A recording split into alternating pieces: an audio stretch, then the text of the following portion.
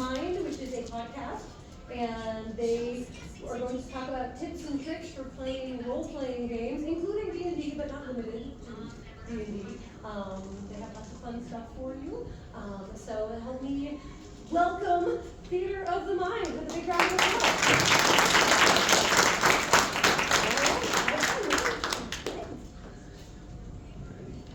Welcome to Theater of the Mind Presents Tips and Tricks to Run and Play Games. I'm Mike. I'll be your game master for this panel. Joining me today is... Hello, I am Clay Carnahan, and I'm part of future content for the podcast. Hello, I am Amanda, and I play Mel Kelly. Hello, I'm Michael Downs, and I play James O'Brien in the podcast. I'm Jeremy, and I play Elliot Randy.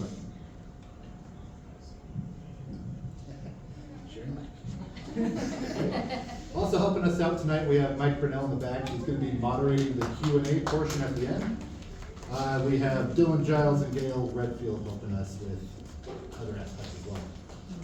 So, what we wanted to cover in this panel, we're all active TTRPG players, everything from D&D 5th edition, 4th, 3rd. We play Call of Cthulhu, Pathfinder, Starfinder. We've run into a lot of obstacles that we think are easily avoidable. So we want to help you guys avoid any uncomfortable table sessions. So my portion specifically is I'm going to be covering session 0.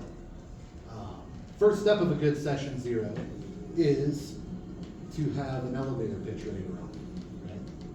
So the elevator pitch should cover what style of campaign are you wanting to run. Are you running a dark horror comedy like we do? Are you going to run an epic adventure, something like The Odyssey? Are you going to run a heroic adventure? Are you wanting to run goofy, quirky, murder hobo nonsense? Whatever you want to play is cool. You should pitch that to your players right out the gate so they know what they're getting into. What game are you going to play is very important. Are you wanting to run 5th edition? Are you wanting to run Call of Cthulhu, Pathfinder, Savage Worlds, Blades in the Dark? There's hundreds of TTRPG games out there. Make that very clear right out the gate what you're going to run. How long are people signing on for? Is this going to be a one-shot campaign? Come over to my place on Saturday, we'll run for about 4 hours and we're done? Or is this going to be, you're signing on for the next 5 years, we're going to have a lot of fun, but this is a time commitment I need you to be locked in for? And then the frequency and location.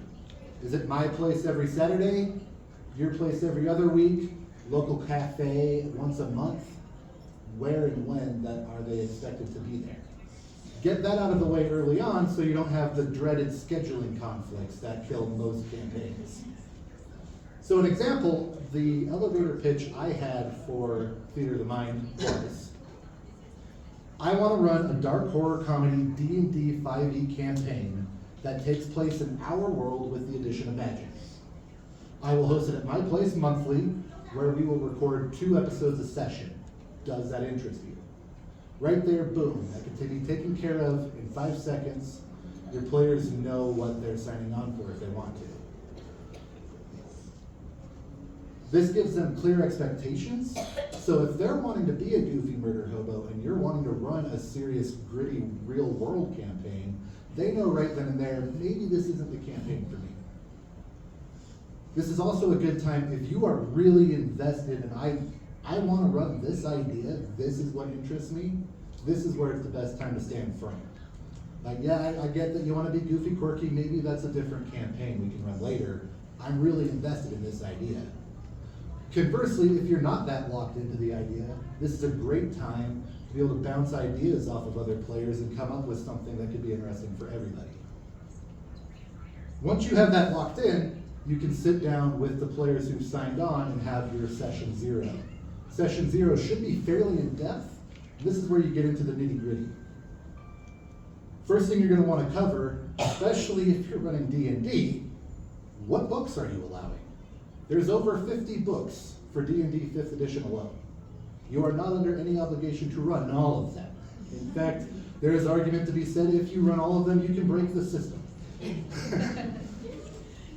As an example, we've been playing at Jeremy's table since 2019, basically just running the core 3 rule books and we're still having a blast. You don't have to allow the splat bugs. If you do, you can make that clear then and there. You can also now specify if you're running the 2014 or the 2024 Player's Handbook, just to add another layer of complexity. What's the intended lethality of your campaign? This is a good time to cover. There are some players who get really, really invested in their character, and the idea of their character dying in a session is a deal breaker for them. This is when you should cover that. This is when you say, nah, sorry, this is gonna be pretty gritty real world. If you make dumb choices, you're gonna have some consequences.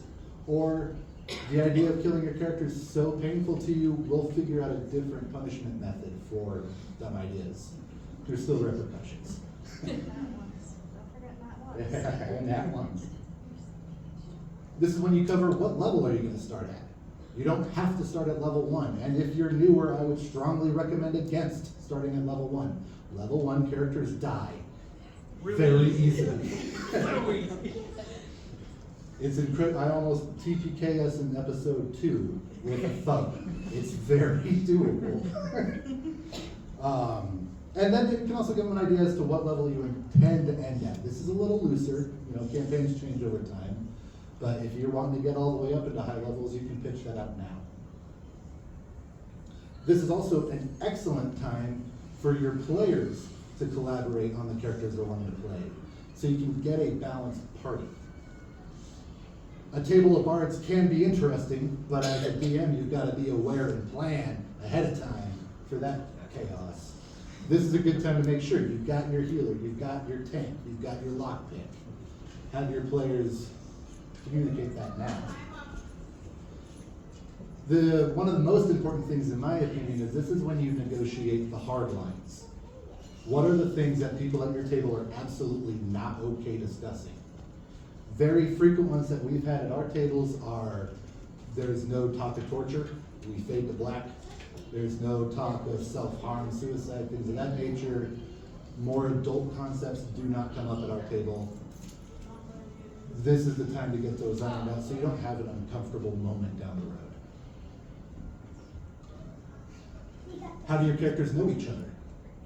Are they going to be players, or are they part of a adventurers guild? Are they know each other forever? Are you gonna go cliche, 5 strangers wind up at a tavern and stuff happens? Are they all maybe gnomes whose village just burned down and they're on a revenge quest? There's a lot of really cool options. This is one to cover it. And finally, fairly importantly, what style of DM are you wanting to be? Are you going to be rules as written, rules as intended, or rule of cool? All 3 totally valid. Now's a good time to get that out of the way, though, so there's not frustration later. Personally, I think if you run this session 0 firmly, you're not going to catch everything, but you're going to catch the majority of the things that will cause pain and discomfort down the road. The next most important part of this is just because you had a session 0 at the start, the responsibility is not over. Especially if you've got new people at your table, you got to revisit this conversation 5 sessions in, down the road. Just, hey, all right, we've got a little bit of playtime under us here. Have your hard lines changed at all? Have we touched anything you're not okay with? Just make sure, the point of this, the way you win this game is if everybody at your table's having fun. That's the only thing about all this that matters. Everybody's got to be enjoying themselves. As a dungeon master specifically, it's your responsibility to make sure that those kind of topics that will ruin the fun for people aren't coming up. And with that, I'm going to pass it off to Frank. Hello, Clay here. I'm going to be talking a bit about story building and how that conspires with session 0 and from moving forward till whenever you get to your stopping point of your campaign. I myself have been playing D&D for about a year now, and I've been a GM for that about half of that as well. When it comes to being a GM for your campaign, whether it's your first time or your 50th time, try not to be like railroading your players. And if you don't know what that is you have a story built out and your players are trying to want you to do a certain thing, like, oh, I want to go inside this building and loot it. And you as the GM be like, no, you cannot do that. I want you to go here. that makes it not fun for your players, and ultimately, for me personally, it doesn't make it fun for a DM. So railroading isn't necessarily the same as a linear story, because a linear story is you as the GM have come up with plot points that you want your players to get to, and you have an end goal the entire campaign. To get to that end goal, that's up to the players. Yeah, you're guiding the story because you're the god, essentially, of this world. But you will get there eventually, and you have the plot points that you want to hit, but it's up to the players to decide what they want to do. You can urge them in a direction, but ultimately they could be like, nah, I don't want to do that, I want to go to sleep. Or, nah, I don't want to go to the tavern, I want to go kill a bunch of goblins, for whatever reason. So that's what makes D&D so great, because you don't have to be set in those specific rules. A railroad story doesn't necessarily allow players to make choices along the way, like I previously stated, and the choices they make no difference in the story itself. Like I also previously said. Sorry, I don't talk in front of big groups much. It's been a few years for me. I'm trying, but I'm making eye contact with people. So, if you want the players to create their own story too, this coincides with session 0. You gotta be able to discuss that with your players, and the players discuss that with the GM. Be like, oh hey, well this is how I want my character to be. I know you got your campaign and you have it planned out for at least a few sessions, but I want my player to contribute this to the story. And it could be in front of the entire group, or it could be just one-on-one. Because I don't know if you've been playing campaigns, but I've been in a couple where the DM has texted me privately, oh hey, here's a thing, don't tell this to nobody. And I'm like, oh god, what do I do about this? It creates that sense of like, oh wow, like I'm actually part of something bigger. You know, even though it's all imaginary and make-believe, but it's something that we all come together on a Saturday or a Sunday when we're not working. You know, me working in a warehouse or doing God knows what. We come together as friends to build this story together. And then as a player, you gotta be able to pick up those plot hooks from the GM. Like he'll be like, oh, and you hear this when passing by people in a tavern. And as a player, you can choose to, okay, cool. Or if you're not the best of player, not saying that you guys aren't, you can just completely ignore that and be like, oh, okay, I still want to do my thing, which is go steal the thing from the guy. And that doesn't make it fun for everyone, because it's, again, comes back to the plot points and the story itself. You're trying to get to a certain point without the DM trying to railroad you the entire time. Because like Mike here said, it's all about having fun with the players and whatnot. If you have fun, then it doesn't matter what the story is about. As long as everyone is enjoying their time, coming together, having, you know, rolling some dice and being a dice gremlin like myself for a few hours. And that pretty much sums that up for story building. Like you can have it whatever you want it to be. You can, like his campaign is set here in America. My campaign that I'm running is set on the regular cliche D&D world and will be traveling elsewhere. I don't want to give too much up of it because of that, because a couple of the people here is part of that campaign. You didn't ask me. I'm full. That's true. You're doing like 5 other campaigns. I know. I couldn't make it. But with that, I'm going to give it off to Amanda. Hi, I'm Amanda, and I'll be talking about character development. I've been playing D&D for about 6 years now, and I've GM'd exactly 2 sessions. However, I do live with a long-term DM, and I am well aware of seeing last-minute panic turn into inspiration. So, for me to talk about character building, I also do some acting on the side. So, creating characters, I'm not going to say it comes naturally, but it's something that you get better with experience. And there's a couple different ways to look at creating characters for a TTRPG. Sorry, I'm really bad at acronyms. There's the technical side of it, and then there's the creative role-playing side of it. And some people are really good at the whole technical side of things, like I'm going to min-max everything, I'm going to have this totally, like this character that does this one thing super, super well. And that's okay. wrong with doing it that way. And then there's other people that are like, well, I don't really know a lot about min-maxing, but I want this cool rogue that picks all the locks and gets in all the secret doors and is dark and secretive and doesn't share anything with anyone. Okay, that's useful, but if they don't share anything with anyone, then how are we gonna be a cooperative party? And that's where your team is built around overcoming obstacles together.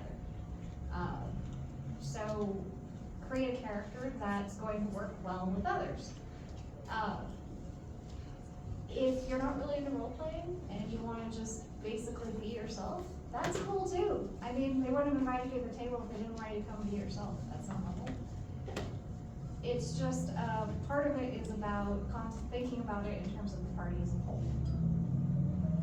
So if you do design that character that's like super sneaky and picks all the locks, cool.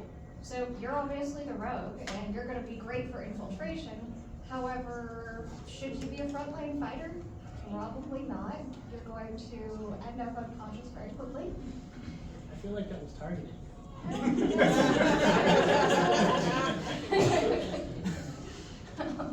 But you're not a rogue, you're a fighter who picks all that works. Alternatively, if maybe you are the tank, maybe you're the frontline fighter, maybe you absorb all of the damage for all of the people, which is super awesome, but maybe you don't want to be the one that goes into a political intrigue situation and tries to talk your way out of that mess, because you're probably not going to be all that great at it. Thank you, Brunel. I have a +1 in charisma. You are our frontliner. Yes, and when you're talking with people of a +4 in charisma, Yeah, it you doesn't should work. I let them know. talk. We learned that lesson the hard way. Because even as a player, no matter how good your story comes off, if you have a -1 in charisma, you're not going to succeed on that check. I can guarantee it. Maybe when I'm at 20, maybe. So part of it is something like everybody kind of develops their roles in teams, and it doesn't happen overnight. It doesn't happen first session, and sometimes we end up with characters where they are kind of shy as players, but as soon as they get playing, they always end up as the face. That's awesome, but build your character to reflect it. So part of that too is maybe you're the super charismatic bard who does all of the talking and playing and musical and all of that other good bard stuff. We don't want to listen to you talk the whole session. It is a group game, it's a cooperative game, so share the spotlight. Well, sorry. A little reflection there. And then, so that's from players developing characters. On the flip side, a good GM also helps the characters kind of become part of the story, incorporates the player's character, their backstory into it. They'll also do things like, okay, so we've got a super sneaky rogue, but so far our entire campaign has taken place fighting orcs in a long-term war. Maybe throw in a session where you have to infiltrate a compound somewhere. Let the rogue shine. Let the rogue use all their cool skills. Or maybe you have that bard who can talk his way into anything. Let him do that. Maybe we have one where you're doing some kind of mission at the palace and they need to talk your way out of something. Let different skills shine. Don't just make your campaign one thing after another, because eventually you'll run into that character that's like, yeah, I'm really good at this one thing and we've never done that thing. And they're not having fun. Which also comes into making your sessions more varied. Very rarely will you end up with an entire group where everyone wants to do one type of session all the time. If you do, that's great, and maybe you discussed in the session 0 where you said this campaign is actually, we're going to war, so all of our sessions are going to be fighting battles. Cool, if you agreed on that, great. But most of us like to see it vary every now and then. It's okay not to have combat every session. Sometimes you can have one where your entire session is, yeah, we sat in a bar for 4 hours and found out all of the lore. And then we played the game. Well, there was a fishing trip one time that ended up taking half a session. Hey, there's a river. Is there fish in it? Sure, there's fish in it. We're gonna go fishing. Great, I don't know how to do that. Give me a minute. And occasionally, you know, you've got a really good group down when the DM wanders off to go like create an encounter that you wasn't expecting, and the entire party sits there and role plays in character the whole time. That's a good. But, or as I was saying, like, mix up your sessions, you know? So it might be that you have a dinner thing for the face character, or maybe you do have, or maybe it's like a total, you're just dungeon crawling and everything's about solving puzzles and everything, but you've got a barbarian that's itching to just rampage. Do a rampage session. Let the barbarian rampage. It'll be fun. So, character development, how to play together. On that, I will pass it off to you. Hello everybody, I am Downs. I've been playing since 2018 when I got suckered into one of his Starfighter campaigns, which is like a 3.5 D&D. And I've been playing various systems, Age of Rebellion, that one's a good one, it's a Star Wars one with storytelling dice.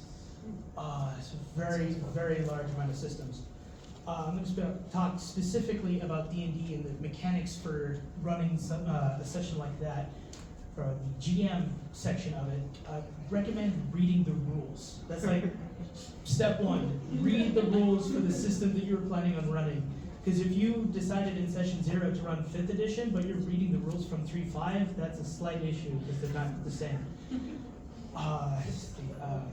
If something happens and it's a GM, like say hypothetically a player throws a wrench into the plan and now you have to figure out an encounter for combat, you know, step aside for a second, just come up with something on the fly, or sorry, ADHD brain. Real.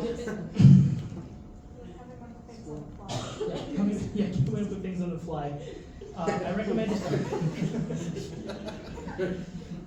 thank you. Just pull something out real quick out of like the PHB for like a real quick monster, and then it doesn't have to be, the creature doesn't have to run off of those stats for everything. You can always like fluff the hit points if you need to, you know, come up with something on the fly. From the player aspect, I recommend knowing your spells, if your character has spells, or if you're a barbarian with cast iron, because that's a good spell. Always, if you're a player, I recommend being aware of what the other players are currently doing as well. Like if somebody were to be playing a monk and they want to go up and punch a lich in the face, which is scary, and you're a sorcerer, don't put a wall of fire around said lich because you know that the monk is wanting to go up and punch him in the face. So, you know, we're supposed to work together as the group. So I recommend being mindful of what the other players are currently doing character-wise. Very mindful, very demure.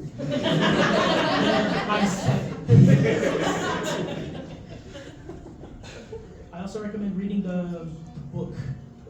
There's so many books, but make sure you stick into what you decided on session 0.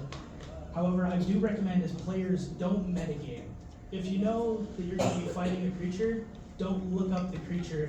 If your character doesn't know that creature, then you as a player should not look up like, oh, this thing's resistant to fire. I'm not going to use fire.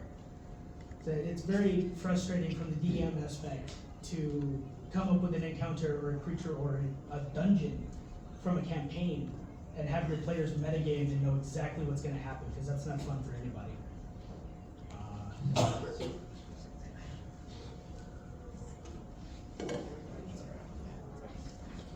Old man eyes.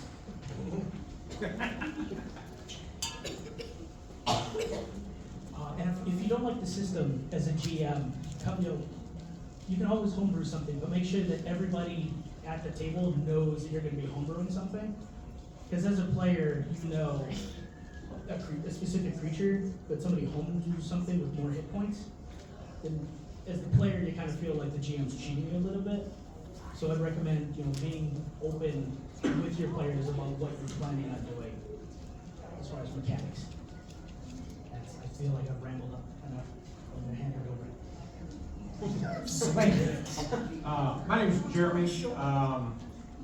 I have been I'm going to fall into DMing because it's been predominantly D&D, but I've been GMing for 10 years now. In fact, I was the forever DM until Mike invited me to the Theater of the Mind group. So, well, I got to be a player for the first time. So you can't escape. It's possible. You just have to have good players. I started in D&D 3.5. I moved to Pathfinder. I ran Savage Worlds. I ran Star Wars Final Flight Fantasy, the Story Dice, which is a cool game. Starfinder, Pathfinder, 5th edition. So I've got quite a bit of practice down. So table time. Table time is valuable. Everybody is taking their time, their valuable time out of their lives to come to your table and play at your table. So you want to be respectful of everybody else's time, especially as busy as the world has gotten more. It's hard to carve out 2 or 3 or 4 hours a week or every couple of weeks or whatever to come. So when the game starts, everybody should be ready to play the game. So as the DM, one of the things that to do that's worked very well, going back to playing the game, reading the book, you as the game master, you're called game master for a reason. If anybody at the table knows the rules, it's supposed to be you. Your players are going to look to you to like, hey, I want to do this thing, how do I do it?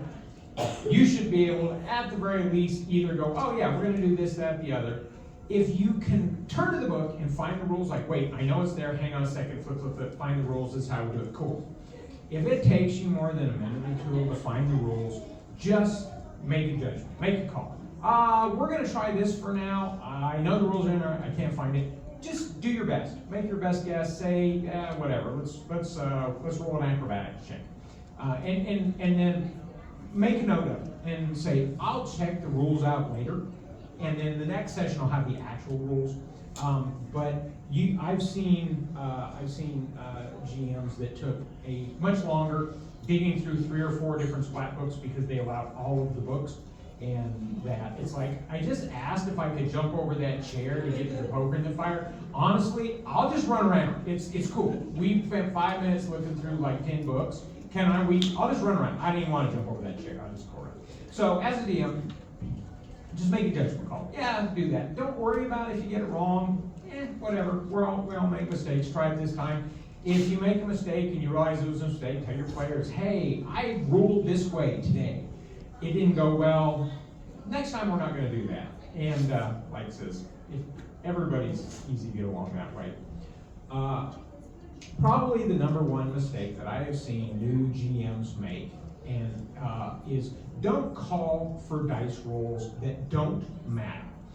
For example, I was at a game, the player needed to find this piece of information. So DM called for a persuasion check, failed it. Okay, you've got advantage. Okay, re-rolled it, failed it again. Well, then the NPC, and then they gave him the information anyway.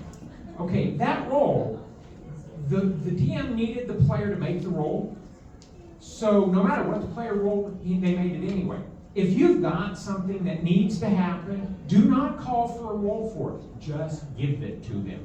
Because think about if you were in Lord of the Rings, and they came up through the path and to get to the mines of Moria. They came up to the door, and probably the aboleth was most likely out there in the water. And they came to the door and they had the riddle.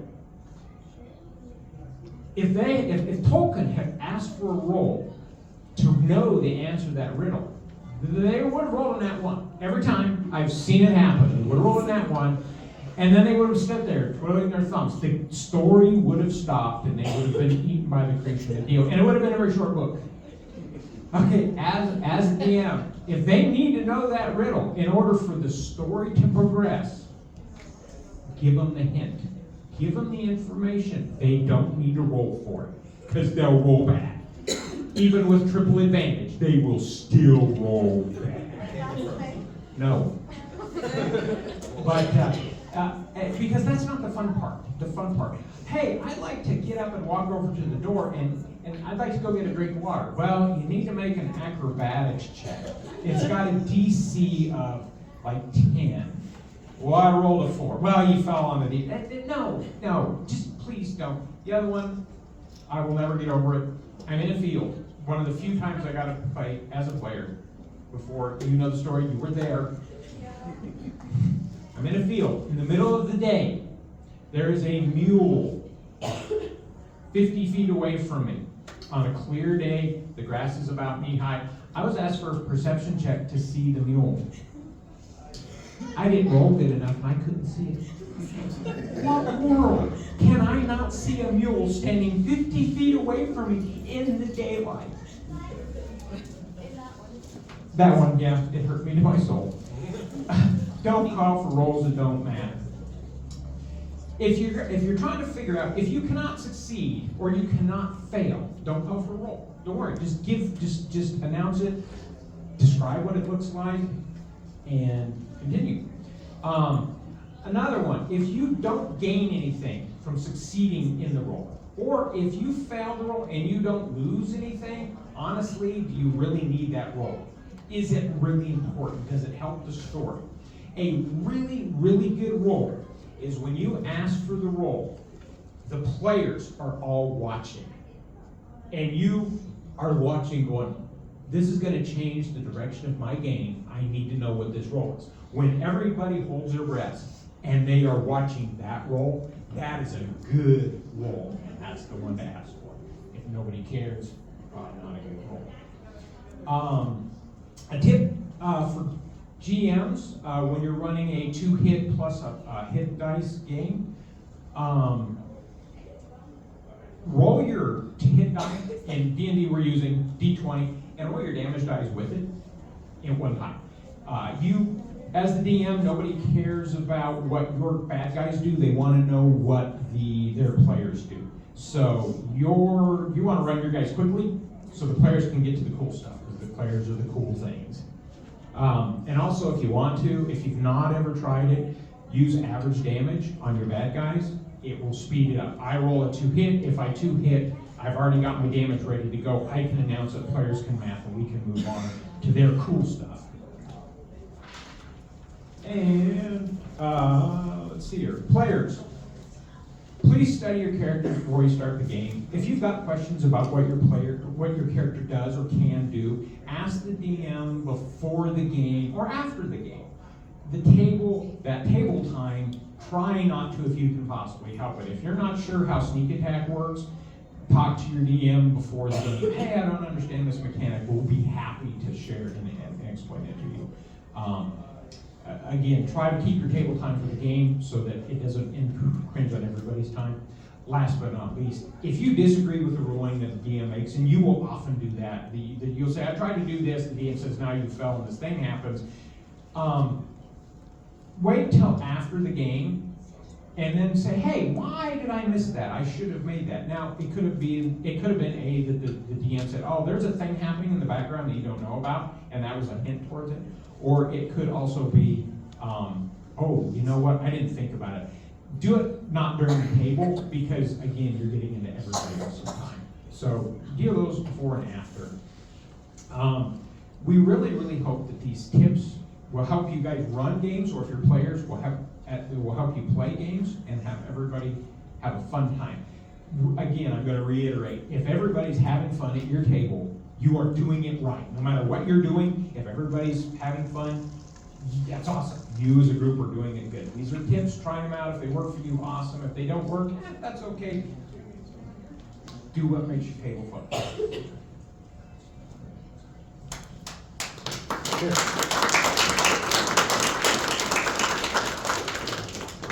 Yeah, thank you guys. We have plenty of time for questions if you guys have any.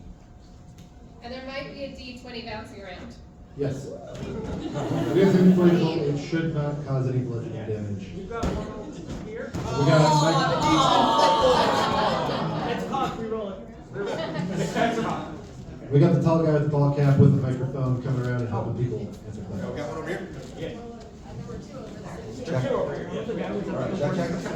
You hear it? Is it going? You're good? Yes. Okay. Six. So both from like a player perspective and a DM perspective, how would you deal with like hunger? Hungry? So That's broad. The easy way to say it is, in your session 0, that's a good time to say, hey, I am homebrewing or I'm not homebrewing. Make that nice and clear right up front. Just make it clear out the gate. Yeah. Okay, do the shout. You got it, bud. Is there something more specific about homebrewing, like how to actually, the mechanics of it, or? Well, I was just more wondering,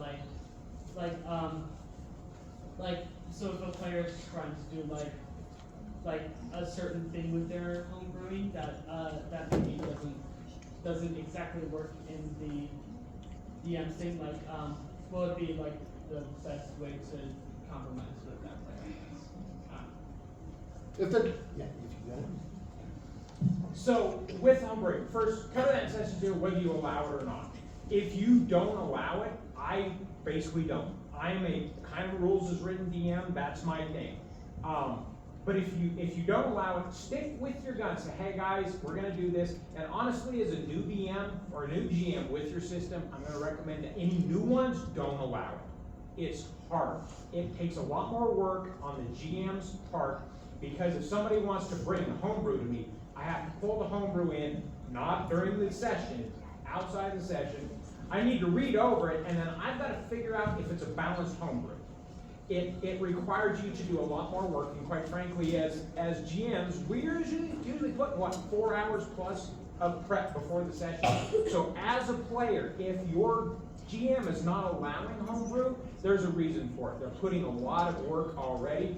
Homebrew just adds to that. They might, frankly, not have enough time to do it. So, like I said, that's where your session 0 helps out. If they bring it to you and you go and you look over it and you're like, yeah, this isn't a balanced homebrew, it doesn't fit with the rest of the system, you can say, hey man, I'm sorry, but instead of a D12 on your breath attack that you can take 3 times around, you know what? I'll let you know, there's this, and what you sometimes can do is you can find another spell or another ability that is very similar to what they want to do. So say a breath attack. Okay, it's a D4 cone, they can do it once per short rest for D4 or whatever damage. Okay, no, you can't do a D12 3 times around, but I'll tell you what, we'll flavor it with the same flavor, but you get this D4 because that's already a balance. So you can kind of, if you can fit it into another one that's somewhere else, but as the game master, it's your job to balance your world. And if that one person gets overpowered, it takes the fun from the rest of them, and we're bringing the fun down. So, like I said, that's how I handle it. Try to work with them, see if you can make it work. But honestly, if it's too much, you can say, "I'm sorry, it's too much. We can't. I can't make that work." Yeah. Does that answer your question? Yeah. And to build on his point, I think we tend to run to the homebrew concept for things that can just be reflavored. There's a lot of material already written. There's a lot of really cool stuff in the over 50 books that they've play tested pretty thoroughly. Reflavoring pre-existing stuff can allow you to do the thing you want to homebrew in a way that's probably already balanced in. You know, if you want to be somebody who can shoot an ice bomb, well, it's fireball with ice damage instead of fire damage. Sure. There was one more up here, yeah? Okay, and then I'll go back to you guys, okay? Because I saw them. So I've been playing D&D for about 6 years. I've never DM'd before, and I'm about to go into my very first campaign. Oh, congratulations. Woohoo! I want to be able to accommodate them and help them feel comfortable, but also like finding my own meaning as a DM. So how do you guys just avoid overall awkwardness when it comes to just starting out a new campaign? I'll take that one. So I DM'd the first time back when I was in the military, and it was awkward. It's gonna be awkward your first time. But to get past that, what I did was do it straight from a book. There's so many D&D books that have either mini adventures or it's just a full campaign, and you can have your players be whatever they want to be, because that's what I'm cool about. But to make it less awkward is as long as you guys are comfortable with each other and like it's a good friend group, and there's like a couple, maybe 1 or 2 new players, but you still know each other, it'll be fine. Like, awkward is awkward. Like, I'm in front of a bunch of these people, and I hate it. But I'm doing my best, you know? So, like, when I'm in front of, like, a group of my peers and I'm a DM, I'm like, cool, this is the story I got for you guys today. Let's hit it, you know? Like, it's an experience that you'll never get back being a DM for the first time. But once you get through the awkward phase, the rough patches and everything, it's something that you will never forget about. That's what's so great about D&D, in my opinion. There's plenty of modules that have characters that have already been fleshed out, so that helps you move the story along with characters that you don't really have to come up with their backstory. Does that answer your question? Yes, I was gonna say, one that I might add, because I don't really DM, but I've run one-shots, is initially with the group, maybe as part of your session 0, is you go over all the rules and get on the same page. Run a short one-shot. Because if at that point your players know you're new to it, and your players are new to it, so it can be like, okay, this is the one-shot, we're gonna run it together, it's a test run, we'll figure out what doesn't work for us, and then maybe next session we'll go into the long story. And then that way you kind of have like almost a tutorial, if you will. With characters that you're not invested in. Yes, because it's like, okay, here's a bunch of characters I printed off that are just already pre-rolled, so if we all die today, oops. I can add another one to that. Your first time you do it is terrifying. It's okay though. And the thing to remind yourself is everybody's there expecting for this to be kind of awkward, and it's going to be silly, and it's going to be the other one. So what I did my very first time, I DM'd my very first time ever with a group of strangers I had never met before. It was a, not match, meetup on the internet, and had people sign up and met up with people I'd never met before. And I just said, you know what, I'm gonna look goofy. So I leaned into it. So I tried really hard to make funny voices, and I made a really, Baron von Baron, the mayor of the town needs this, and I leaned into it even though I felt so, number one, I felt stupid, and I felt like there's nobody buying this. The players, they're like, that's the best thing ever. I could never do that. And I'm like, I thought it was horrible, and I can't believe I tried it. The players are they're with you. They want to see it. So it only probably is going to feel bad to you. Lean into it and do the best you can, because when I acted silly, the players relaxed. And they're like, oh, okay. Then they turn around and they acted silly, and it synergized, and it worked really nice. So do it, even though you're gonna you're gonna feel bad about it. You're gonna go, oh God, this is gonna be awful. Lean into it, do the best you can, and when your players start to react positively to it, you're like, oh hey, this is working. It's okay, and you'll do good. It looked like there were 3 over here, and then I'll come back this way. Okay, I saw them first, I'll come to you, and then I'll come to the back. So we'll just go outside in. You guys have the same question?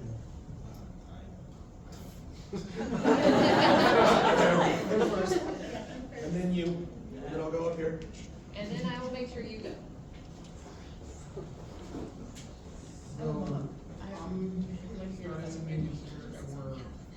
Amish was kicked out of my town and I was seeking revenge, and I was wondering what class you would recommend for that. Why were you kicked out? Because they thought I was a criminal for something I didn't do. Yeah, that sounds very rogue. Rogues get kicked out of a lot of towns. Also bars, but for different reasons. Yes, very different. You could do a Dungeons Paladin fun twist. Yeah, Dungeon Paladin could work well as well. Rogue is your cliche, dark, mysterious, there's always a shadow over his face guy. They almost always have the tragic backstory. Really, what I would focus on less than the backstory is what kind of things do you want your guy to be able to do. That could be a great way to start being a ranger even. I got kicked out of town, I had to learn how to survive in the wild, now I'm really good at it. So you could be a ranger, you could be a fighter. I got kicked out of town and I had to scrap to survive. I've got my money by beating other people's faces in, so now I'm a fighter, right? That's where I would focus more, is what do you want your character to be able to do. The cool thing is you can bend a backstory to fit just about any class.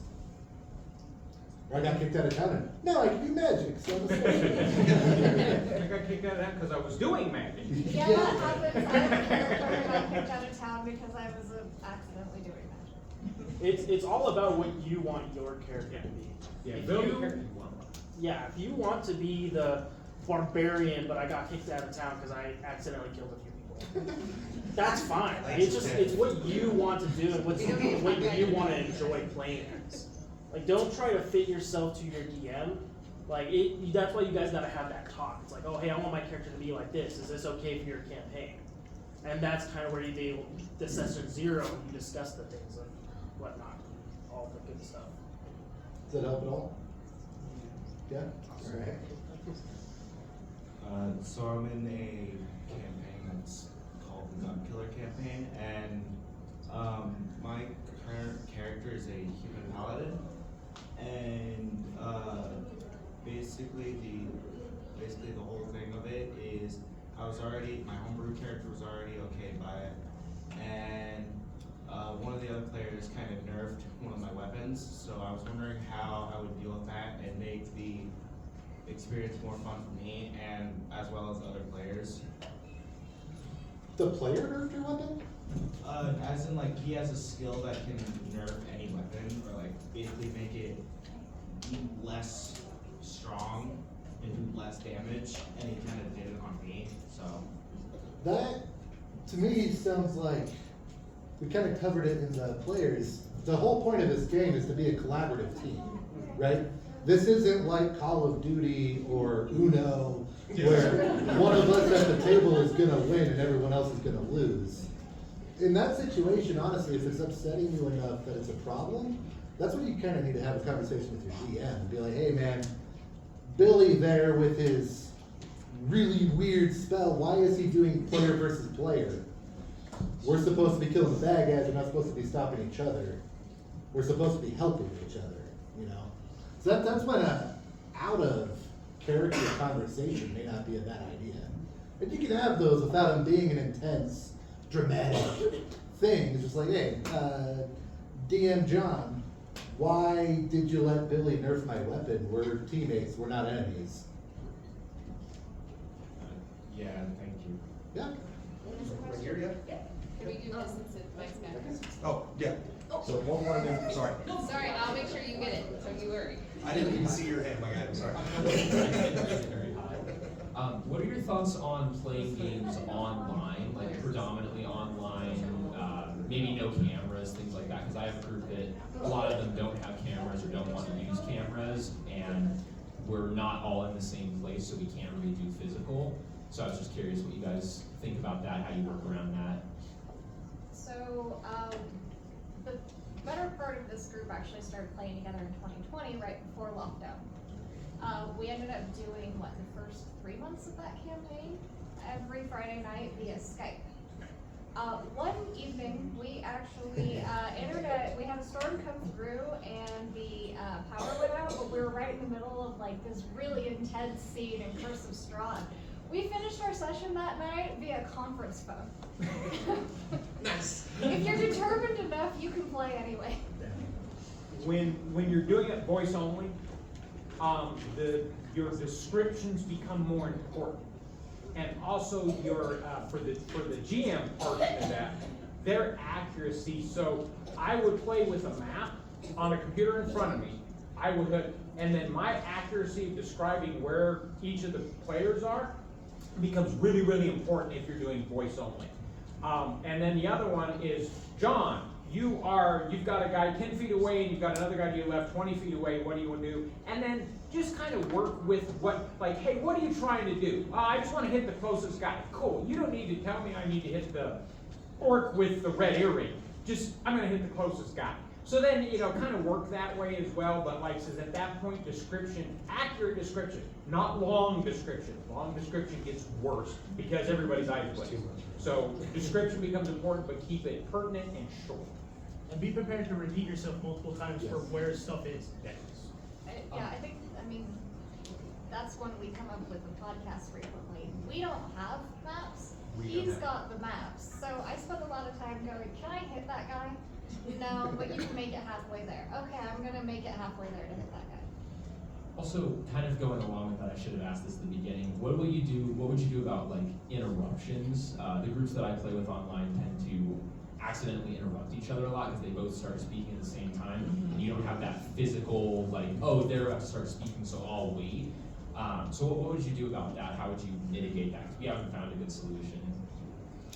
You have a race I mean, that's just gonna happen, you know, because without having any video of like the people that you're playing with, it's gonna happen, and there's unfortunately not a lot that you can mitigate about that. But if you hear two people start speaking simultaneously, choose one of them to say, hey, what do you want to say? Then tell the other person, okay, what do you want to say? Okay, we'll go with this first, because that seems like an easier thing to deal with, because that other thing that you said sounds super complicated if you want to jump over the fence and start running and do somersaults and all this stuff. Yeah, that's kind of where the job of the GM becomes most important. You're not just a game master, you're now also a conversational moderator. You know, in an easy way, I don't know if you guys are running Roll20 or something along those lines. A lot of those have a chat feature. You know, if it's just it's a question I need to get out now so I don't forget it and it's important, throw it on the chat. As a GM, you can bring it back in later while people are doing their role play conversation. But honestly, the easy answer is it just unfortunately requires a higher level of teamwork from everybody at the table. Again, remembering no one person is the star of the show. No one is the main character. We're all here to have fun. Quit stepping on each other's toes. Nice thing is when we played Skype, it didn't give you a choice. It picked one voice and that's the voice you heard. If you wanted to be heard, you went your turn. Does that answer your question? Yeah, it does. Thank you. And then rank it right up. Yeah. Okay, so he actually asked the exact same question I was about to ask, but she has a question. And it's about mixing, sort of like mixing character races. So I really like I like, you know, sorry. There's characters that, you know, you have thoughts and you're just like, oh, they could be like have like these like ancestral background and stuff, and like I really like mixing like races and like stuff like that.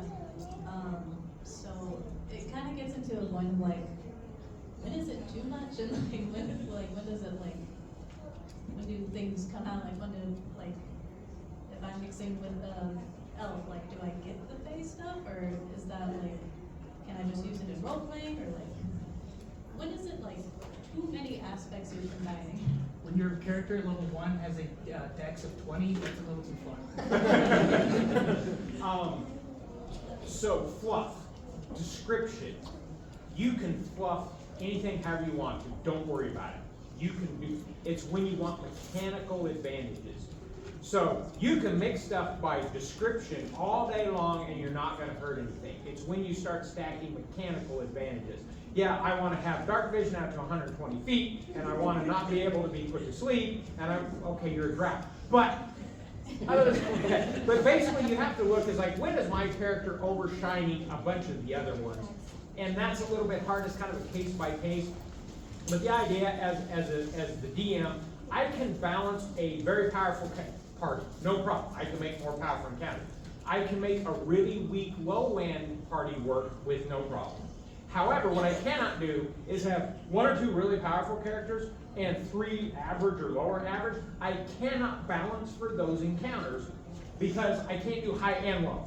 So that's what you're doing. But as for description, background, go crazy with it. Just start looking at, hey, what's I can't stack mechanical advantages. Then the system doesn't handle it. Or for example, I never did play the character, but I developed a character that was a dragonborn. I think it's ridiculous that dragonborns don't have tails. So I said my dragonborn has a tail. That's fluff. It doesn't give you any advantage. It's just there. It's fun to talk about. But then I also said it's ridiculous that dragonborns don't have dark vision. Like, you're a dragon. Of course you have dark vision. So my DM over here said, fine, you can have dark vision, but I'm taking your breath weapon. So that becomes part of that homebrewing, give and take compromise thing. So if you're combining racial traits for mechanical advantage, that's one where you talk to the DM and the DM says, okay, fine. So maybe you're a half-elf hobbit. You have the face stuff, but you don't get the anti-charm thing.